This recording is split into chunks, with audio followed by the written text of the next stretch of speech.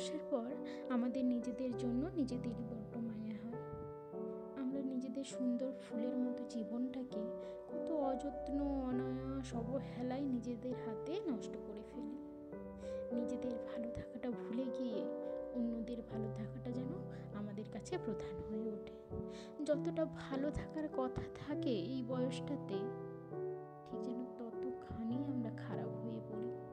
উঠে পড়ে লাগি খারাপ হওয়ার জন্য, অন্যের জন্য ভালো করতে গিয়ে।